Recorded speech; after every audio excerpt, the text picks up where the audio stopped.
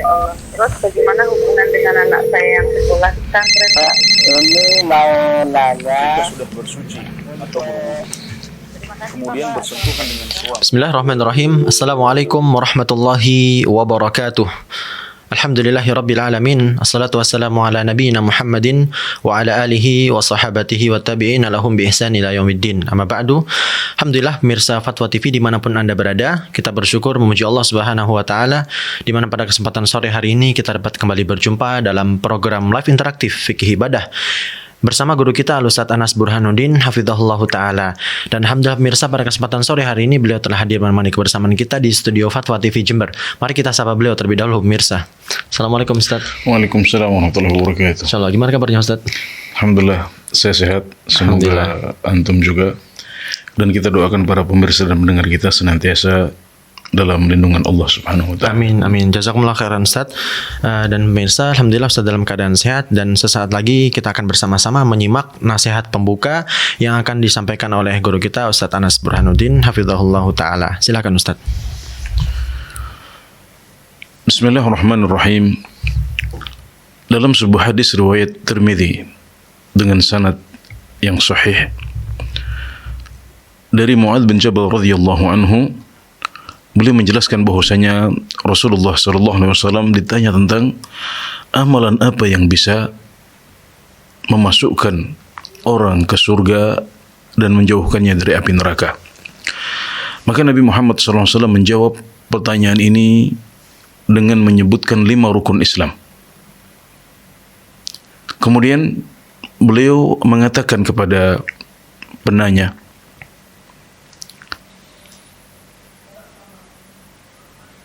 maukah engkau aku beritahu tentang pintu-pintu kebaikan?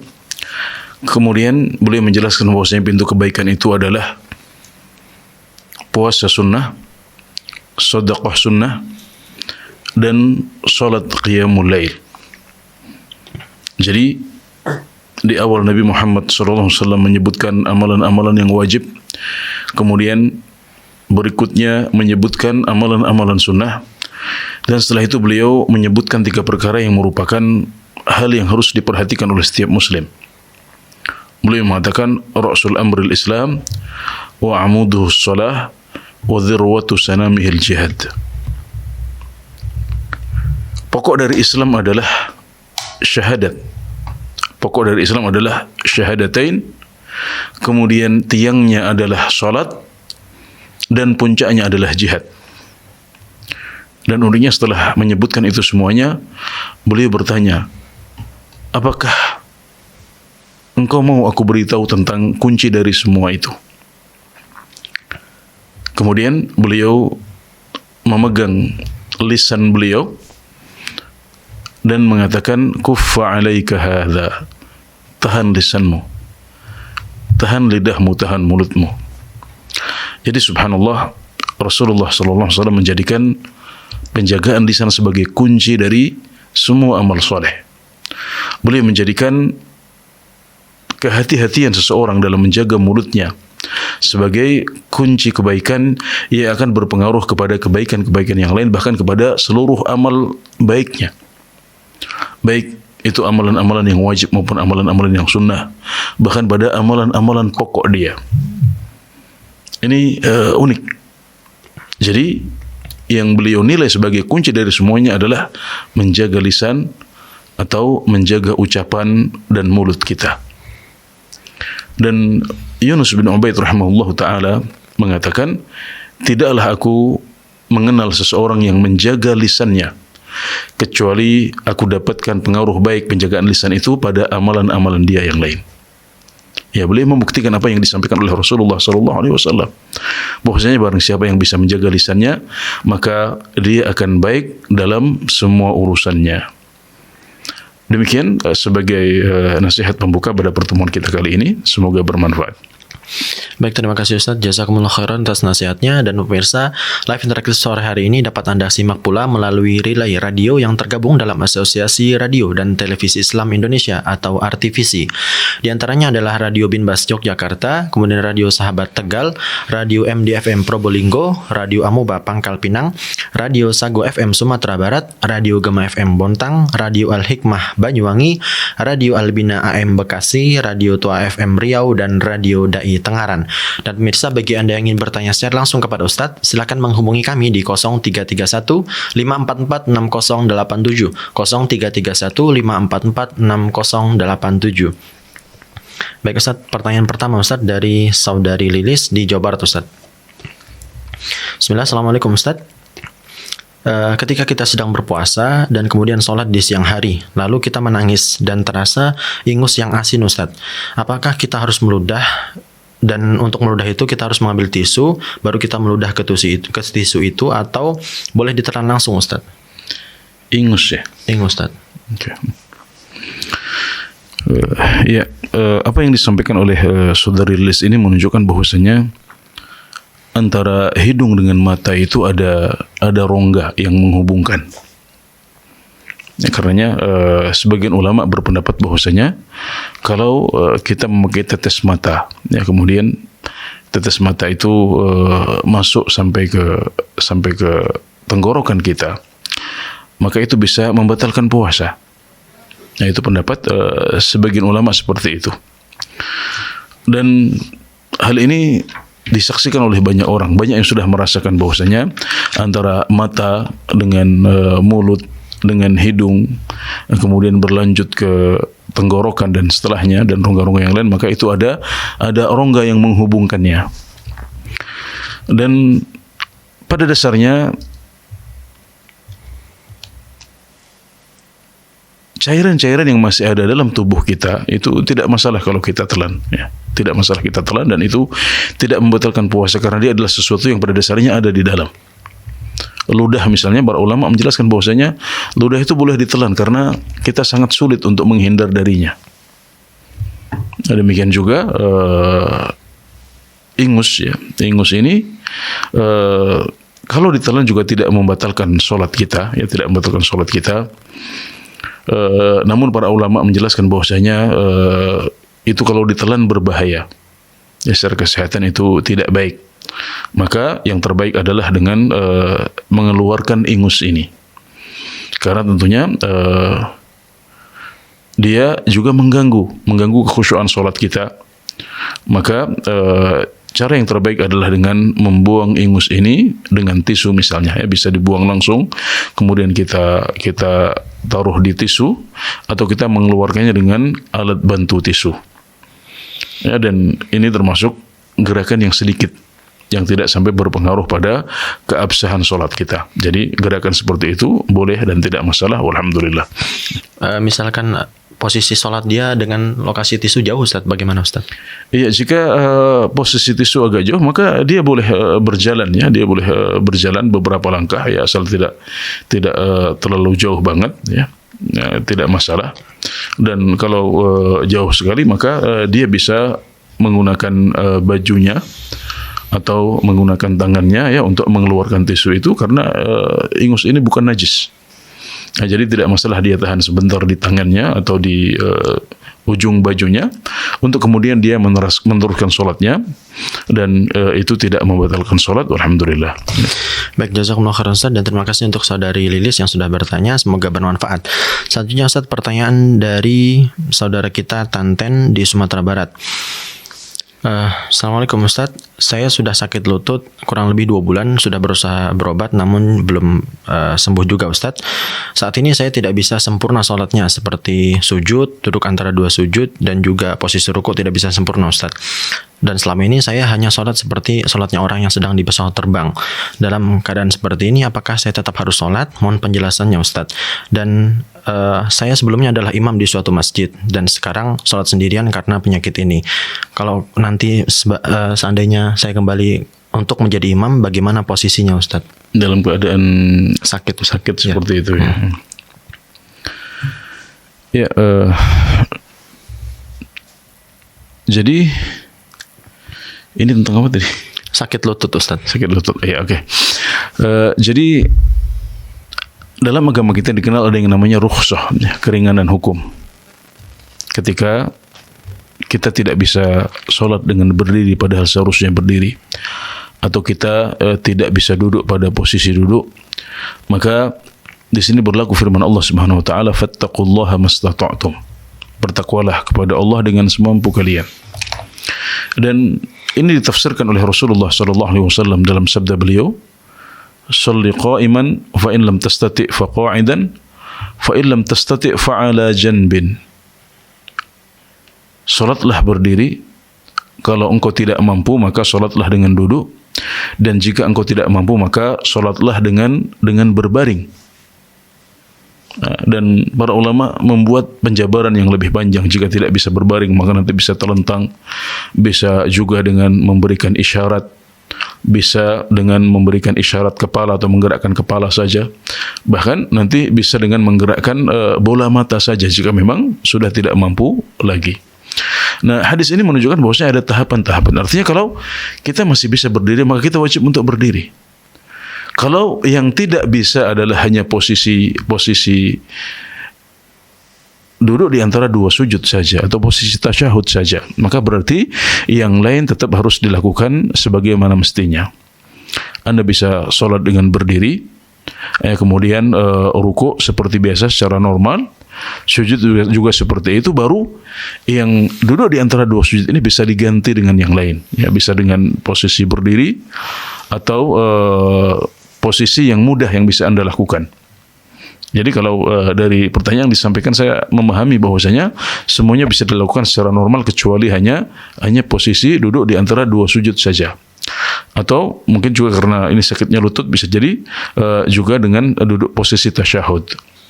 Ya, maka posisi duduk di antara dua sujud dan tasyahud itulah yang bisa diganti dengan posisi lain, baik itu dengan berdiri atau dengan bersila atau yang semacamnya. Yang penting posisi nyaman, Anda tidak sakit dalam posisi itu, bisa membaca zikir duduk di antara dua sujud, juga bisa membaca zikir tasyahud.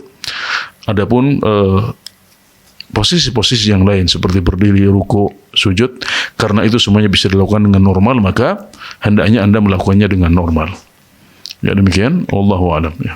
Baik, dalam posisi menjadi imam, Ustaz, bagaimana, Ustaz? Ya, untuk posisi imam, jika masalahnya hanya saat duduk di antara dua sujud saja, ya, maka ini tidak menghalangi Anda untuk menjadi imam. Ya, Anda posisinya berdiri. Jadi imam bisa sholat dengan normal. Mereka bisa sholat dengan berdiri, ya, dan nanti hanya dalam posisi yang Anda tidak bisa tadi, yaitu di antara dua sujud, duduk di antara dua sujud atau duduk tasyahud, maka itu yang Anda duduk sebisanya, sedangkan makmum duduk normal. Ya, adapun kalau Anda duduknya berdiri karena memang tidak mampu kecuali berdiri, maka ini kondisinya lain dan akan berlaku sabda Nabi Muhammad SAW, wa idza shalla qa'idan fasallu qu'udan ajma'in. Ini bagian dari hadis innama ju'ilal imamu liyutamma bihi. Sesungguhnya imam itu dijadikan untuk diikuti. Nah, kemudian di salah satu poinnya Nabi Muhammad SAW mengatakan wa idza shalla qa'idan fasallu qu'udan ajma'in. Dan jika imamnya sholat duduk, maka hendaknya kalian juga sholat duduk di belakang dia. Jadi makmum mengikuti. Ya. Adapun ini posisinya adalah posisi mampu untuk sholat secara berdiri, maka Anda harus tetap sholat berdiri, melaksanakan apa yang bisa dilakukan secara sempurna dengan sempurna, dan keringanan hanya berlaku untuk sholat, untuk posisi sholat yang Anda tidak bisa melakukannya secara normal. Ya, demikian, wallahu a'lam. Baik, jazakumullah khairan, Ustaz, atas jawabannya, dan semoga bermanfaat untuk saudara yang bertanya. Selanjutnya, Ustaz, pertanyaan dari saudara Kelana di Padang. Bismillah, Ustaz, bagaimana hukumnya meninggalkan salat Jumat dan diganti dengan salat zuhur dikarenakan ada pekerjaan yang tidak bisa ditinggalkan, karena jika ditinggalkan akan menimbulkan mudarat yang besar? Ya, memang ada pekerjaan-pekerjaan seperti ini, ada pos-pos strategis yang harus dijaga, yang kalau tidak dijaga maka akan berakibat fatal pada keamanan negara atau pada keamanan perusahaan dan yang semacamnya. Dan pertanyaan yang mirip telah disampaikan kepada Syekh bin Baz rahimahullahu taala, ya mufti kerajaan Arab Saudi, tentang orang-orang yang harus menjaga pos-pos tertentu yang kalau tidak dijaga dengan baik maka akan terjadi ancaman untuk keamanan dan semacamnya. Maka bolehkan para penjaga atau para polisi atau tentara yang menjaga pos-pos tersebut untuk meninggalkan sholat Jumat. Namun beliau berpesan agar itu tidak setiap pekan. Jangan terus-menerus seperti itu, tapi bergilir. Kalau memang harus ada yang menjaga, maka jika ada 2 atau 3 penjaga, maka mereka bergilir. Ya, mereka bergilir di mana mereka hanya akan meninggalkan sholat Jumat mungkin sekali dalam 2 pekan atau sekali dalam 3 pekan, tidak terus-menerus. Maka seperti itu juga kalau memang kondisi pekerjaan Anda menuntut untuk Anda tidak bisa berangkat sholat Jumat, maka tentunya ini harus benar-benar real, ya. Ini bukan alasan yang mengada-ada, tapi memang kalau Anda meninggalkan pos tersebut, Anda meninggalkan tempat kerja tersebut, maka ada bahaya yang mengancam, dan itu adalah ancaman yang real, bukan ancaman yang mengada-ada. Maka Anda boleh untuk tidak sholat Jumat di masjid dan Anda menggantinya dengan sholat zuhur. Ya, demikian, semoga bisa dipahami dengan baik. Baik, jazakumullah khairan atas jawabannya dan semoga bermanfaat untuk saudara yang bertanya. Dan alhamdulillah sudah ada line telepon yang menunggu. Kita akan sapa terlebih dahulu pemirsa. Halo, assalamualaikum Fatwa TV. Halo, Fatwa TV. Assalamualaikum. Waalaikumsalam. Ya, dengan siapa di mana? Saya Pak Sodikun di Palembang. Baik, silakan Bapak.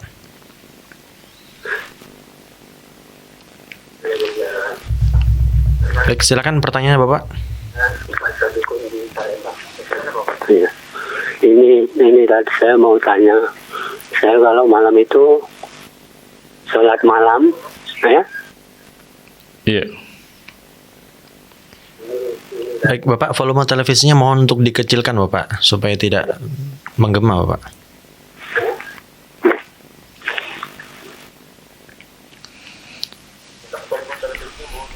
Halo. Ya, halo. Ya, silakan langsung pertanyaan Bapak. Ini tadi ya, saya mau tanya. Saya ini kalau malam sholat malam itu tanya yang saya lakukan. Saya mohon petunjuknya.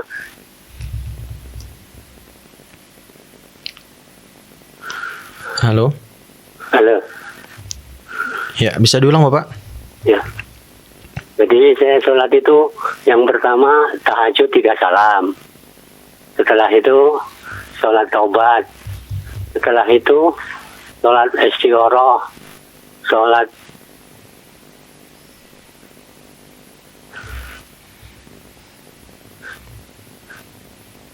Baik. Halo. ya, terus sholat hajat. Setelah itu sholat ridhoya dan sholat syukurulillah, kemudian witir. Jadi sholat saya yang banyak itu, apakah ada yang perlu kita tinggalkan, yang tidak sesuai. Sesuai, ya. Baik. Terima kasih atas pertanyaan Bapak. Ya. Iya, salat malam adalah salat sunnah yang paling afdal. Sebagaimana sabda Rasulullah sallallahu alaihi wasallam, afdhalus salati ba'dal fardhah salatul lail. Salat yang paling afdal setelah salat fardu adalah salat malam. Jadi hani'an lakum, ya, sangat beruntung Bapak di Palembang diberikan taufik oleh Allah Subhanahu wa taala untuk bisa qiyamul lail dan istiqamah di atas jalan ini. Alhamdulillah. Dan Nabi Muhammad SAW mengajarkan bahwasanya salat malam itu 2 rakaat dan tidak ada batasan jumlah rakaatnya, karena beliau mengatakan salatul laili mathna mathna, salat malam itu 2 rakaat, dan jika salah seorang di antara kalian khawatir masuknya salat subuh atau masuknya waktu subuh, maka hendaklah dia witir dengan 1 rakaat. Ya, jadi Bapak tadi bercerita biasa melaksanakan sholat tahajud 3 kali salam, ya itu bagus sekali, masya Allah ya. Kemudian juga ada sholat taubat karena kita pernah berbuat dosa ya. Jadi sholat taubat itu bisa dilakukan setelah kita berbuat dosa langsung, bisa dilakukan juga di tengah malam seperti ini ya. Itu juga ada dasarnya dari Rasulullah SAW. Kemudian sholat sebagai sholat hajat ya juga ada tuntunannya dari Rasulullah SAW, karena beliau itu disebutkan idza hazabahu amrun shalla. Kalau beliau memiliki urusan yang genting, urusan yang menyibukkan beliau, maka beliau sholat 2 rakaat. Demikian juga boleh kita sholat kepada Allah Subhanahu wa taala dalam rangka bersyukur ya, diniati sebagai syukur atas berbagai nikmat yang diberikan kepada kita. Kemudian juga atas nikmat bisa sholat beberapa rakaat di malam hari, ini adalah nikmat, kita bisa bersyukur kepada Allah Subhanahu wa taala, dan itu bisa termasuk dalam sholat mutlak ya. Adapun sholat istikharah ya, maka sholat istikharah tidak harus dilakukan dengan sholat khusus ya. Sholat istikharah itu yang penting adalah sholat sunnah. Nah, jadi bisa digabungkan dengan sholat sunnah qabliyah, sholat sunnah ba'diyah, sholat qiyamul lail, ya, sholat taubat, ya, sholat hajat, ataupun yang lain. Nah, kemudian setelah itu kita berdoa kepada Allah Subhanahu wa taala dengan doa yang diajarkan oleh Rasulullah sallallahu alaihi wasallam. Allahumma inni astakhiruka bi'ilmik wa astaqdiruka biqudratik, dan seterusnya ya, yang diriwayatkan dari Rasulullah SAW. Jadi membaca doa ini setelah kita mengerjakan 2 rakaat sholat sunnah, itu adalah tata cara mengerjakan sholat sunnah istikharah ya, atau sholat istikharah. Itu adalah tata cara mengerjakan sholat istikharah. Jadi tidak harus dengan sholat khusus, bisa kita gabungkan dengan sholat sunnah yang lain, kemudian diakhiri dengan berdoa seperti yang diajarkan oleh Rasulullah SAW, dan boleh juga mengerjakan sholat sunnah khusus mutlak kemudian disambung dengan berdoa istikharah. Ya, demikian. Wallahu a'lam. Baik, jazakumullah khairan Ustaz. Berarti tidak ada yang perlu ditinggalkan Ustaz ya? Ya, insyaallah semuanya ada tuntunannya dari Rasulullah SAW. Baik, jazakumullah khairan Ustaz. Semoga bermanfaat untuk saudara yang bertanya. Baik, mirsa, selanjutnya sudah ada line telepon yang menunggu. Kita akan sapa. Assalamualaikum Fatwa TV. Assalamualaikum warahmatullahi wabarakatuh. Assalamualaikum warahmatullahi wabarakatuh. Ya, dengan siapa di mana? Abu Hadi di Bekasi, Ustaz. Baik, silakan Pak. Ustaz mau bertanya, yang pertama, ketika kita mandi besar, bolehkah kita sekalian meniatkan dengan niat wudhu? Namun pada saat kita mandi, kita kan membersihkan kemaluan kita dengan tangan. Apakah wudhu itu tersebut batal? Terus yang kedua, kita kalau hujan disunahkan untuk sholat berjamaah di rumah. Pertanyaannya, batasannya seperti apa Ustaz mengenai hujannya? Hujan yang besar, ringan, atau bagaimana? Dan kita masih punya payung untuk membantu untuk tidak sampai terkena tubuh kita gitu. Bagaimana secara syariatnya Ustaz? Mohon penjelasannya. Barakallahu fiik. Ya. Ya, yang pertama tentang mandi janabah Ustaz. Ya, mandi janabah ya. Jadi orang yang sudah mandi janabah atau mandi wajib atau disebut juga dengan mandi besar, maka berarti dia sedang mengangkat hadas besar. Dan kalau dia sudah mandi wajib, maka hadas kecil yang ada bersamanya ikut terangkat. Ya, jadi tanpa diniatkan pun, kalau kita memiliki hadas kecil, misalnya karena kita kencing, atau karena kita buang air besar, atau kentut, atau tidur, maka hadas kecil itu ikut terangkat. Hadas kecil itu ikut terangkat. Kenapa? Karena dia lebih kecil daripada hadas besar berupa janabah, berupa kondisi junub. Jadi ketika kita mandi wajib, maka mandi tersebut sudah otomatis mengangkat hadas yang kecil. Tapi tidak masalah dan bagus juga kalau kita meniatkan dengan mandi besar ini 2 hal sekaligus, mengangkat hadas besar dan hadas kecil. Yaitu lebih baik dan lebih hati-hati. Ya, dan para ulama menjelaskan bahwasanya mandi wajib itu dimulai dengan membersihkan badan kita dari najis dulu. Jadi kalau ada najis di badan kita bersihkan, dan kemudian sunnahnya juga dimulai dengan berwudu, ya, membasuh anggota wudu dahulu, baru kemudian kita meratakan air ke seluruh anggota tubuh kita. Nah, seperti yang disebutkan dalam pertanyaan, kalau kita memegang kemaluan kita di awal mandi, maka tidak masalah, karena kita belum mandi pada dasarnya, itu baru awal mandi. Mandi itu baru selesai ketika kita sudah meratakan air ke seluruh anggota tubuh kita. Maka ketika kita menyelesaikan mandi kita sudah suci dari hadas besar, juga suci dari hadas kecil. Baru kemudian kita memegang dzakar atau kemaluan kita, maka disitulah kita kembali berhadas kecil. Itu terjadi kalau mandi kita sudah selesai, baru kemudian kita memegang kemaluan kita. Adapun kalau memegang kemaluan itu terjadi di awal mandi atau di tengah-tengah mandi, maka itu tidak masalah, karena kita sedang dalam proses mandi.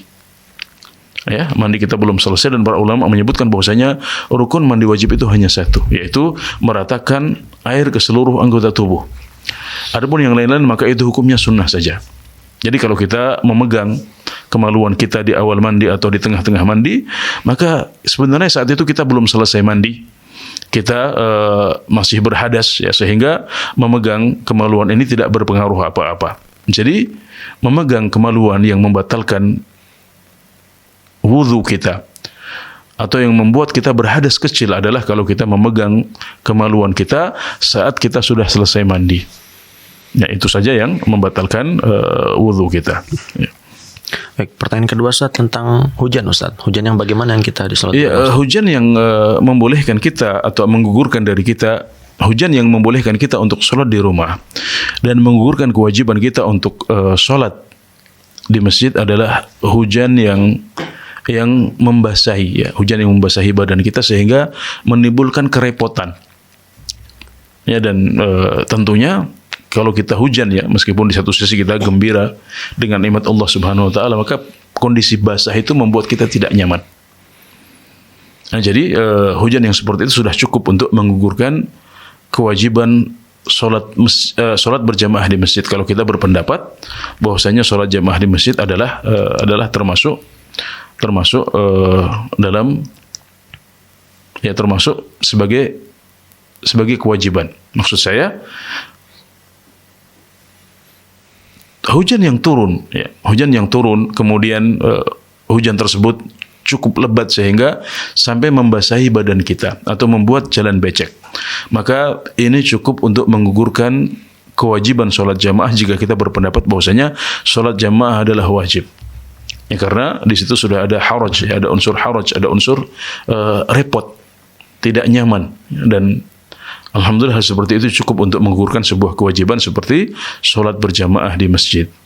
Ya, dan ada fakta bahwasanya kita memiliki payung, kemudian juga barangkali memiliki kendaraan seperti mobil yang bisa membawa kita ke masjid, ini tidak berpengaruh kepada hukum tersebut, ya, karena bagaimanapun kondisi berangkat ke masjid dalam keadaan hujan itu adalah sesuatu yang tidak nyaman dan cukup merepotkan. Ya, jadi alhamdulillah itu adalah rukhsah, dan Allah Subhanahu wa taala mencintai dari kita kalau kita mengambil rukhsah yang diberikannya, sebagaimana Dia mencintai dari kita kalau kita melaksanakan kewajiban-kewajiban dalam kondisi normal.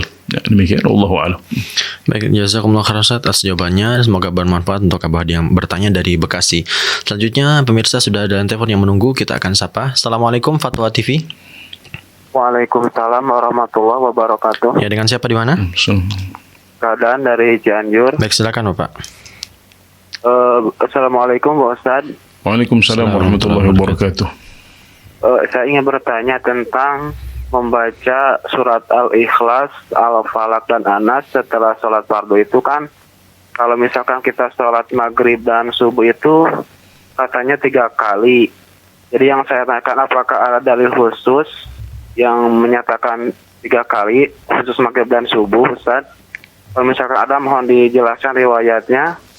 Kemudian yang kedua, kita kan kalau misalkan membaca Al-Quran dari awal, kita membaca ta'awud dan basmalah, Ustaz. Kemudian kalau di tengah-tengah surat, kita cukup ta'awud aja, Ustaz. Apakah itu memang ada hadisnya atau hanya pendapat ulama, Ustaz? Baik, cukup Pak. Syukur Ustaz. Jazakumullahu khairan katsiran. Assalamualaikum warahmatullahi wabarakatuh. Waalaikumsalam warahmatullahi wabarakatuh. Iya, jadi kalau apa tadi? Yang pertama membaca 3 kul itu Ustaz, 3 kali. Iya, tentang dalil yang mengkhususkan pembacaan al-mu'awwidzat ya. Qul a'udzu birabbil falaq, qul a'udzu birabbin nas. Kemudian juga qul huwallahu ahad ya, khusus 3 kali setiap salat subuh dan setiap selesai salat maghrib. Ini saya tidak ingat dalilnya saat ini ya, maka insyaallah dijadikan PR, nanti kita akan murajaah lagi tentang dalil-dalilnya. Dan bisa kita sampaikan pada kesempatan yang lain insyaallah ya. Adapun tentang perbedaan bahwasanya kalau kita membaca surat dari awal, kita membaca A'udzu billahi minasyaitonir rajim, kemudian membaca juga Bismillahirrahmanirrahim. Sedangkan kalau kita membaca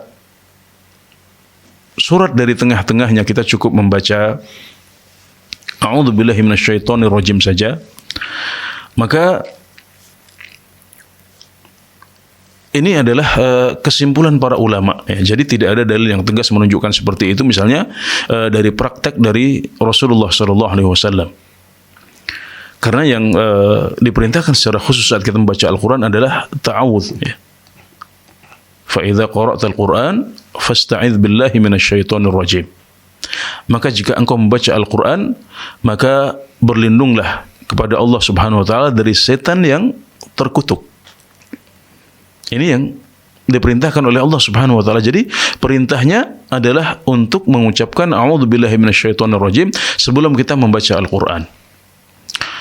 Adapun Bismillahirrahmanirrahim, maka ini tidak diperintahkan secara khusus. Tapi ada perintah atau anjuran untuk membaca hal tersebut ya secara umum. Sebagaimana sabda Rasulullah sallallahu alaihi wasallam, "Kullu amrin dzibalin la yubda'u bi bismillahirrahmanirrahim fa huwa abtar." Setiap perkara yang penting yang tidak dimulai dengan bismillahirrahmanirrahim, maka itu terputus. Ya, diriwayatkan dari Nabi Muhammad SAW bahwasanya beliau bersabda seperti itu. Nah, kemudian kenapa para ulama membedakan antara awal surat dengan pertengahan surat? Karena Bismillahirrahmanirrahim itu diletakkan di awal surat, bukan sebagai bagian dari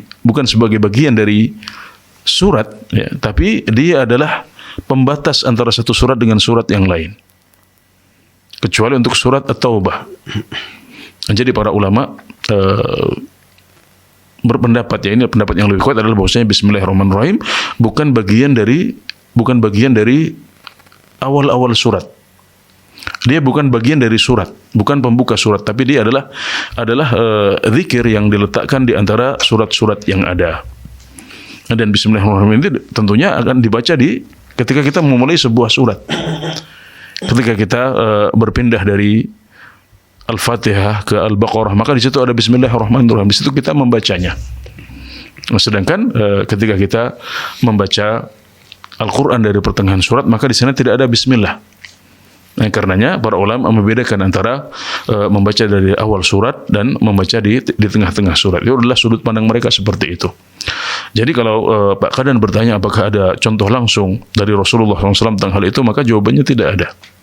Jawabannya tidak ada, tapi itu adalah kesimpulan yang dipahami oleh para ulama dari dalil-dalil yang ada. Ada dalil yang khusus, yaitu perintah untuk membaca ta'awudz, dan ada dalil yang umum, yaitu perintah untuk anjuran untuk membaca basmalah sebelum kita melaksanakan ibadah-ibadah dan amalan-amalan yang penting. Ya. Kemudian perbedaan antara fakta bahwasanya Bismillahirrahmanirrahim itu diletakkan di antara dua surat, ya, di awalnya, di awal sebuah surat, bukan di pertengahannya, ya. Jadi tidak ada dalil yang nas, ya. Nas itu adalah yang langsung menunjukkan misalnya dari ucapan Rasulullah SAW atau dari praktek beliau. Ini tidak ada. Jadi bisa kita katakan itu adalah kesimpulan yang diambil oleh para ulama berdasarkan dalil-dalil yang ada.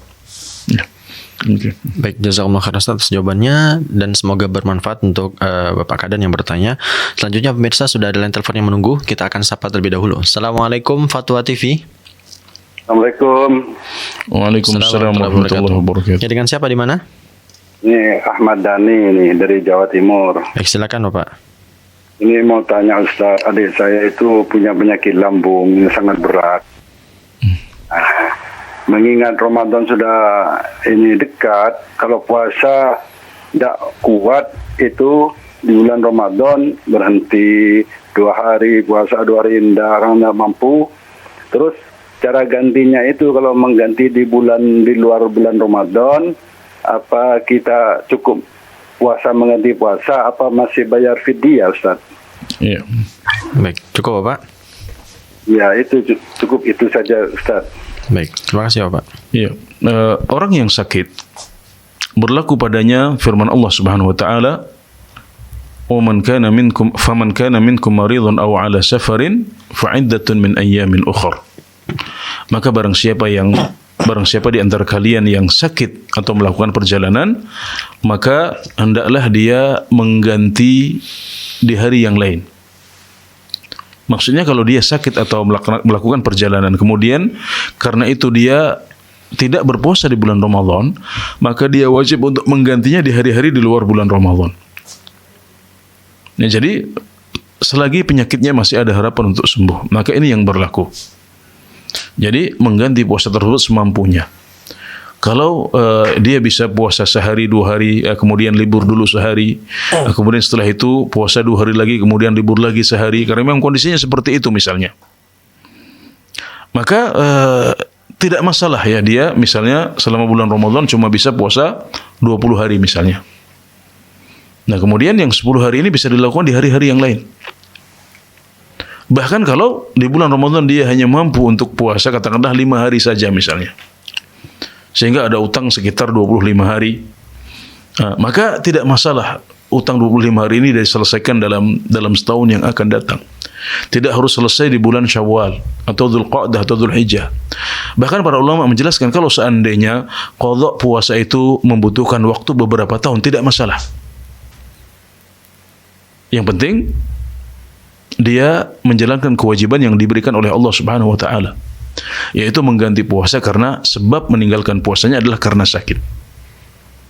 Dan tentunya dari mimbar ini kita berdoa kepada adik bapak ya, agar diberikan kesembuhan. Jangan pernah putus asa dari rahmat Allah Subhanahu wa taala. Kesembuhan itu sangat mudah bagi Allah Subhanahu wa taala, maka kita harus husnudzon kepada Allah Subhanahu wa taala dan berharap besar kepada kesembuhan yang diberikan oleh Allah Subhanahu wa taala. Adapun kalau dokter mengatakan bahwa ini adalah penyakit yang sudah tidak bisa diharapkan sembuh lagi, maka baru saat itu kita berpindah kepada hukum yang lain yang disebutkan oleh Allah Subhanahu wa taala dalam firman-Nya, wa 'alal ladzina yutiqunahu fidyatun tu'amu miskin. Dan bagi orang-orang yang tidak mampu untuk melakukannya, maka hendaknya dia membayar fidyah dengan memberi makan kepada orang-orang miskin. Nah ini berlaku untuk mereka yang sudah tua, tidak lagi kuat untuk berpuasa seperti waktu masih muda. Atau orang yang sakit dan tidak ada harapan sembuh. Ya, orang yang sakit dan dokter mengatakan ini sudah tidak ada harapan sembuh lagi. Baru waktu itu kita berpindah kepada hukum fidyah. Adapun kalau masih ada harapan sembuh, maka kewajibannya adalah mengqadha puasa di hari yang lain, meskipun untuk mengqadha ini kita butuh beberapa bulan atau bahkan butuh beberapa tahun untuk menyelesaikannya. Tidak masalah seperti itu. Ya, demikian, Allahu a'lam. Baik, jazakumullah khairan Ustaz atas jawabannya. Semoga bermanfaat untuk Bapak Ahmad dari Jawa Timur. Selanjutnya sudah ada line telepon yang menunggu, pemirsa, kita akan sapa. Assalamualaikum Fatwa TV. Waalaikumsalam warahmatullahi wabarakatuh. Ya, dengan siapa di mana? Rahma di Jawa Timur. Baik, silakan Ibu. Assalamualaikum Ustaz. Waalaikumsalam warahmatullahi wabarakatuh. Barakallahu fikum, mau izin bertanya. Kebetulan ini ibu saya kan merawat nenek saya yang sedang sakit stroke ya ini. Terus kemudian itu kalau pas wudu itu kan direbuskan air. Jadi buat mandi dan sekalian buat wudhu. Apakah itu bisa seperti itu? Kemudian waktu membasuh anggota wudhu itu cuma satu kali karena posisinya kan tidur. Nenek saya yang sedang sakit itu kan posisi tidur, jadi membasuhnya anggota wudhunya itu cuma satu kali aja semuanya gitu, sebisanya dan sesampainya gitu. Apakah itu sudah sudah bisa atau sudah dianggap sah gitu, apa bagaimana? Itu yang pertama. Kemudian yang kedua, seandainya mau tidur itu sudah sholat witir Ustadz, kemudian paginya itu kesiangan nggak sholat tahajud. Nah, kemudian mengkodoknya di siang hari di waktu duha itu gimana caranya? Soalnya malamnya sudah sholat witirnya sudah. Iya. Cukup Ibu? Iya, gitu aja. Terima kasih. Syukran, jazakumullah khairan. Jazakumullah khairan. Ya, yang pertama kami ingin mengingatkan bahwasanya kesempatan untuk bisa berbakti kepada orang tua saat mereka sudah begitu renta adalah sebuah peluang pahala besar yang diberikan oleh Allah Subhanahu wa taala kepada Anda. Maka ingatkan ibu Anda bahwasanya ini adalah pintu surga yang sangat besar. Maka jangan sia-siakan kesempatan itu. Jangan banyak mengeluh, tapi syukuri Anda bisa merawat ibu Anda sebagaimana dahulu ibu Anda merawat Anda ketika masih kecil. Nah, jadi ini adalah peluang pahala yang besar, maka jangan dilewatkan dan hendaknya disyukuri, dan sekeluarga bisa ihtisab dari ibadah, ya, berbakti kepada orang tua, berbakti kepada nenek, ya, dan meskipun kadang-kadang agak merepotkan, tapi ada pahala besar yang menanti di sisi Allah Subhanahu wa taala insyaallah. Kemudian tidak masalah, ya, merebuskan air dan memberikan air hangat untuk mandi sekaligus untuk wudu. Tapi tentunya ini adalah dua taharah yang berbeda, ya. Kalau mandi mungkin hanya mandi untuk tanadzuf saja, untuk kebersihan saja, itu bukan taharah, ya. Sedangkan untuk wudunya maka tidak masalah Anda memwudukan ibu atau nenek yang sudah tua dengan hanya cukup sekali-sekali saja, karena para ulama sepakat bahwasanya yang wajib dari membasuh anggota wudu adalah satu kali saja. Yang ketiga itu sunnah, dan Nabi Muhammad SAW kadang-kadang melakukannya. Beliau kadang-kadang wudu dengan sekali-sekali saja. Kadang-kadang beliau wudu dua kali. Kadang beliau wudu tiga kali. Nah, ini menunjukkan bahwasanya wudu sekali itu cukup. Artinya membasuh setiap anggota wudu dengan satu basuhan itu sudah cukup dengan kesepakatan para ulama semuanya. Ya. Yang kedua, Ustaz, witir namun terluput dari tahajud. Ya, kalau seseorang sudah witir di awal waktu, dan ini hukumnya adalah boleh, ya. Jadi kita boleh witir sebelum kita tidur. Kalau kita khawatir tidak bisa bangun di akhir malam. Dan kalau kemudian kita ternyata terlambat bangun, ya, tidak bisa mengerjakan wirid malam kita berupa sholat tahajud, ya, maka jika itu adalah merupakan wirid harian yang kita jaga, maka disunahkan untuk mengqadha sholat tersebut sebagaimana dicontohkan oleh Rasulullah SAW, di mana beliau mengqadha sholat malam beliau di siang hari. Nah, biasanya beliau menambah satu rakaat karena di sholat siang tidak ada witir. Yang witir digenapkan. Nah, dalam kasus yang ibu tanyakan, ibu sudah witir, jadi yang ditinggalkan hanya sholat malamnya saja. Dan sholat malam tentunya jumlahnya genap. Nah, maka dengan begitu tidak perlu ada tambahan, karena bilangannya sudah genap, maka berarti tinggal diqadha saja di waktu duha sebanyak jumlah sholat yang biasa kita lakukan di malam hari. Nah, jadi witirnya tidak usah, karena witirnya sudah dilakukan, tinggal sholat tahajudnya saja yang diqadha di waktu duha. Ya, demikian, semoga bisa dipahami dengan baik. Baik, jazakumullah khairan Ustaz, dan terima kasih kepada Ibu Rahma yang sudah bertanya dari Jawa Timur. Semoga bermanfaat. Selanjutnya pemirsa, sudah ada telepon yang menunggu, kita akan sapa. Masya Allah, cukup deras telepon hari ini, Ustaz. Assalamualaikum Fatwa TV. Waalaikumsalam warahmatullahi wabarakatuh. Ya, dengan siapa di mana? Oh, Pak Iwan di Tangsel, Bintaro. Baik, silakan Bapak. Ustadz, sekarang kan ada iklan-iklan di TV itu, seperti pakaian dalam pria bisa menyembuhkan prostat, memperlancar kencing, memperlancar darah, dan macam-macam seperti gelangnya juga ada. Itu menurut syariat Islam kita boleh nggak memakai yang begitu? Iya. Baik, cukup Bapak.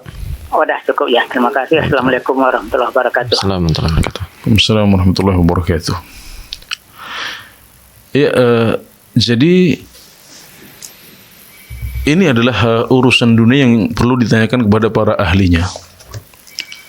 Allah Subhanahu wa taala berfirman, "Fas'alu ahla dzikri in kuntum la ta'lamun." Bertanyalah kepada para ulama atau para ahlinya jika kalian tidak mengetahui. Dan dalam agama kita, kita boleh meyakini suatu sebab sebagai sebab jika hal tersebut terbukti secara sains atau memiliki dalil syar'i. Jadi kita boleh meyakini suatu sebab sebagai sebab itu dengan dua cara. Cara yang pertama adalah kalau ada dalil syar'i yang menunjukkannya. Misalnya sabda Nabi Muhammad sallallahu alaihi wasallam, "Ma'u Zamzam lima syuriba lahu." Ya. Air Zam-Zam itu bisa bermanfaat sesuai dengan niat kita saat meminumnya.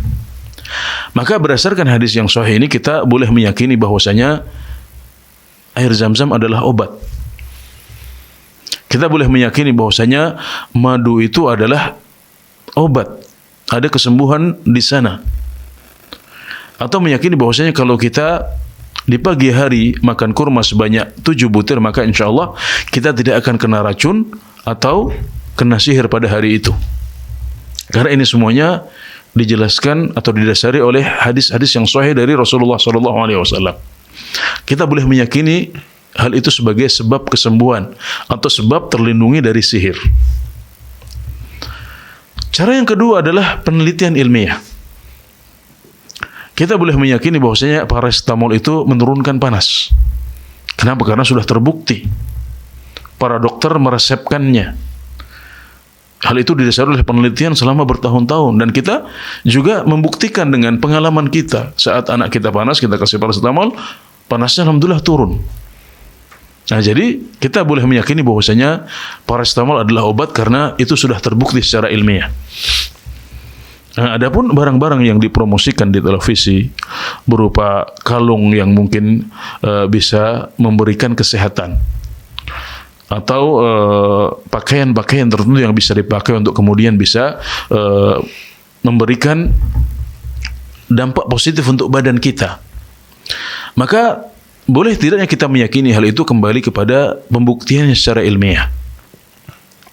Nah, kita bisa tanyakan kepada para ahli apakah betul. Dan sekarang alhamdulillah kita bisa cek itu semuanya. Kalau iklan itu hanyalah hoax, ya, kedustaan, maka insya Allah para ahli tidak melepaskan pembahasannya. Kita bisa cari di mesin pencari apakah informasi itu betul. Kita bisa tanyakan kepada para dokter, kepada para ilmuwan, ya, apakah kalung itu benar-benar bisa berdampak positif, ya, dengan gelombang-gelombang elektromagnetik misalnya yang bisa berdampak baik kepada kesehatan kita. Atau pakaian tersebut bisa berfungsi, atau mungkin ada orang yang sudah membuktikannya bahwasanya dia menggunakan celana atau pakaian itu kemudian ternyata itu bagus untuk kondisi tubuhnya misalnya. Nah, maka ini dikembalikan kepada penelitian ilmiah dan pembuktiannya. Dan tentunya kalau Bapak bertanya tentang berbagai produk, maka tentunya itu juga harus dipelajari per kasus. Ya, kita tidak bisa kita generalisir, tidak bisa kita generalisir. Tapi harus dilihat apakah barang A ini benar-benar terbukti atau tidak. Kalau terbukti, kita boleh meyakini sebagaimana kita meyakini bahwasanya paracetamol adalah obat yang bisa mendatangkan kesembuhan.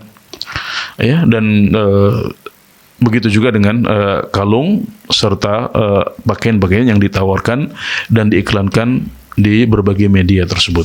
Ya. Jadi ini Bapak bisa tanyakan hal itu. Saya menjelaskan kaidahnya, apa yang boleh kita yakini dan apa yang tidak boleh kita yakini. Nah, mungkin untuk memperjelas, ada hal-hal yang tidak terbukti secara ilmiah, tidak juga ada landasan syar'i. Ya, misalnya apa yang diyakini oleh sebagian orang, ya, bahwasanya rumah tusuk sate itu tidak boleh dihuni atau kurang baik untuk dihuni, atau rumah yang menghadap ke arah tertentu ini berarti akan membawa kesialan, atau angka tertentu itu akan membawa sial. Jangan bepergian kalau mendengar suara burung hantu atau yang semacamnya. Maka ini semuanya tidak ada dalil syar'inya, juga tidak terbukti secara ilmiah. Maka kita tidak boleh meyakini hal itu. Dan kalau kita meyakini hal itu, kita jatuh dalam tatayyur. Dan tatayyur itu adalah bentuk kemusyrikan, bisa menjadi syirik akbar, bisa juga menjadi syirik kecil, tergantung pada sejauh mana kita meyakini hal itu. Jadi ini kaidahnya, Pak. Adapun tentang apakah produk ini bermanfaat, benar-benar bagus atau tidak, maka saya tidak bisa menjawab hal itu. Namun Bapak bisa mencari informasinya kepada para ahlinya, atau juga melalui berbagai media yang alhamdulillah pada zaman kita ini sudah begitu mudah diakses. Alhamdulillah. Baik, jazakumullah khair Ustaz atas jawabannya. Semoga bermanfaat untuk Bapak Iwan yang bertanya dari Tangerang Selatan. Selanjutnya pemirsa, sudah ada lagi telepon yang menunggu. Kita akan sapa. Assalamualaikum Fatwa TV. Halo, assalamualaikum. Assalamualaikum warahmatullahi wabarakatuh. Ya, dengan siapa di mana? Assalamualaikum warahmatullahi wabarakatuh. Nama Allah di Jawa Timur. Baik, silakan Bapak. Ustaz, saya beberapa waktu ini kan membeli sebuah pakaian, Ustaz, tepatnya jaket, Ustaz. Nah, walhasil alhamdulillah jaket tersebut kekecilan di tubuh saya, Ustaz, dan atau press body gitu, Ustaz. Saya tidak membeli yang besar karena takut menjadi surah, Ustaz. Yang saya tanyakan ketika saya memakai jaket tersebut, Ustaz, bukan untuk sholat, artinya untuk keluar rumah, membeli makanan, pakaian untuk outdoor, Ustaz. Apakah saya terkena larangan bahwasanya berpakaian tapi telanjang? Saya seorang ikhwan, Ustaz. Artinya jaket tersebut press body saya, bukan sebuah kepastian, namun saya sering memakai sarung, Ustaz, bawahnya. Jadi bawah sarung, atas jaket. Apakah masih boleh dipakai, Ustaz, jaket yang sudah saya beli? Kalau memang tidak boleh, adakah cara lain, Ustaz? Soalnya saya sudah kadung beli dan suka jaket tersebut, Ustaz, ketat dan press body. Terima kasih, Ustaz. Iya. Ya, jadi kaum pria hukumnya tidak sama dengan kaum wanita, ya, karena hitungan-hitungan auratnya berbeda. Kalau Bapak berbicara tentang jaket, kan berarti yang ditutupi itu bukan aurat.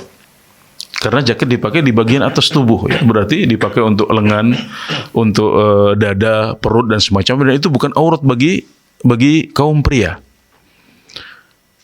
Padahal itu adalah aurat bagi wanita. Jadi ketika wanita menutupi dadanya, atau perutnya, atau lengan dan tangannya dengan pakaian yang ketat, maka dia masuk dalam hadis kasiyat ariyat. Orang yang memakai pakaian tapi dia telanjang. Makanya yang disebut oleh Rasulullah adalah kaum wanita. Kenapa? Karena mereka yang auratnya lebih banyak. Sedangkan bagi kita kaum pria, ya, termasuk Bapak, ya, ketika Bapak pergi dengan tidak memakai pakaian di sebelah atas, itu bukan aurat, ya. Tidak disebut Anda telah membuka aurat. Tidak seperti itu. Nah, jadi ketika Bapak pakai pakaian yang press body seperti itu enggak itu tidak disebut bahwasanya Bapak telanjang. Ya, kenapa? Karena bagian yang ditutup oleh pakaian itu bukan aurat. Nah, jadi tidak masalah memakainya kecuali dalam satu kondisi. Apa itu? Kondisinya adalah kalau dengan berpakaian seperti itu Bapak menimbulkan fitnah. Artinya menjadi godaan bagi wanita yang melihat, ya, atau orang yang melihat, ya. Meskipun barangkali sejenis, ya, karena pada zaman kita diuji dengan ada orang-orang yang kadang-kadang tertarik dengan orang-orang sejenis karena mungkin kekar, ya, sterk dan lain sebagainya.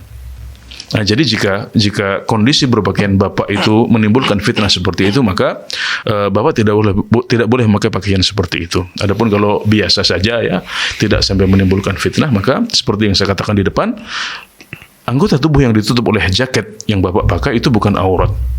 Jadi ini tidak ada hubungannya dengan aurat, tidak ada hubungannya dengan telanjang, tapi cukup dilihat apakah itu menimbulkan fitnah atau tidak. Kalau tidak menimbulkan fitnah, ya, biasa saja, silahkan tetap dipakai. Tapi kalau sekiranya itu menimbulkan fitnah, maka wajib bagi Bapak untuk meninggalkan pakaian itu dan menggantinya dengan pakaian yang lebih longgar. Ya, demikian jawabannya. Baik, jazakumullah khairan Ustaz. Terima kasih atas jawabannya. Semoga bermanfaat. Baik Ustaz, mungkin satu pertanyaan terakhir Ustaz dari saudara Triasi di Jakarta. Assalamualaikum Ustaz. Apakah najis daging babi sama seperti najisnya anjing yang harus dibersihkan 7 kali? Mohon jawabannya Ustaz, karena saya bekerja sebagai asisten rumah tangga di rumah non-muslim Ustaz yang sering memasak daging babi. Ya, Masya Allah. Kita doakan semoga ibu kita ini dijaga oleh Allah Subhanahu Wa Taala dan bisa istiqamah ya dalam taat kepada Allah dan beribadah kepadanya meskipun berada di negeri non-muslim atau bekerja pada orang non-muslim. Iya, pertanyaan yang disampaikan pernah ditanyakan kepada Rasulullah SAW oleh sebagian sahabat. Mereka bertanya, Inna bi ardi qaumin ahli kitab. Wahai Rasulullah, kami hidup di negeri suatu kaum yang merupakan ahli kitab.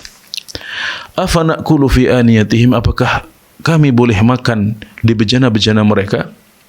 Maka Rasulullah SAW mengatakan, La ta'kulu fiha illa alla tajidu ghairaha. Jangan engkau makan pada bejana-bejana itu kecuali kalau engkau tidak mendapatkan bejana yang lain.